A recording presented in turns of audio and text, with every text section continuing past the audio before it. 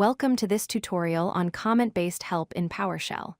In this video, you'll learn how to add professional documentation directly into your PowerShell functions.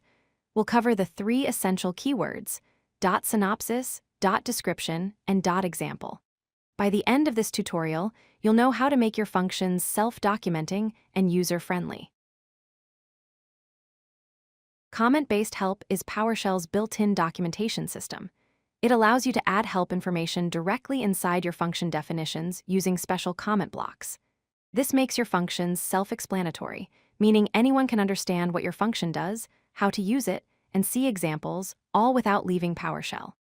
The best part? This documentation integrates seamlessly with the GetHelp cmdlet that PowerShell users already know and love. There are 4 major benefits to using comment-based help. First, users can understand your function instantly without reading through the code. Second, it works perfectly with the GetHelp cmdlet, so users can access your documentation the same way they get help for any PowerShell command. Third, it makes your functions look professional and production-ready. And fourth, it makes maintenance and collaboration much easier because everyone can quickly understand what the function does and how to use it. The basic structure of comment-based help is straightforward. You place a special comment block inside your function, right after the function declaration.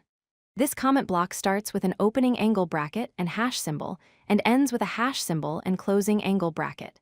Inside this block, you add documentation keywords like .synopsis, .description, and .example. Each keyword provides a specific type of information about your function. After the comment block closes, you write your actual function code. The .synopsis keyword provides a brief one-line summary of what your function does. Think of it as the headline for your function. Keep it short and clear, usually just one sentence.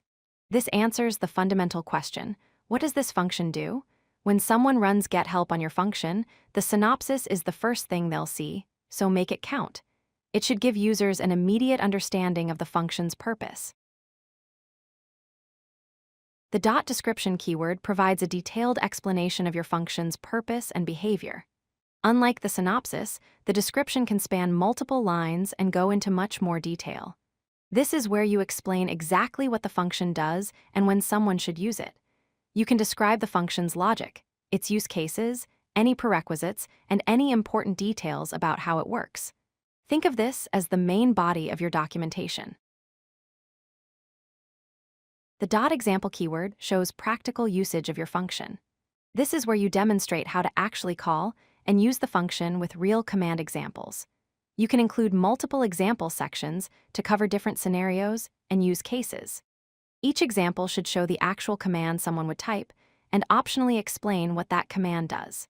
Examples are incredibly valuable because they show users exactly how to use your function in real-world situations. Here's a complete example putting it all together. We have a function called getUserInfo. The comment block starts with the opening delimiter. The .synopsis says it retrieves user information from Active Directory. The .description explains that it queries Active Directory and returns user details.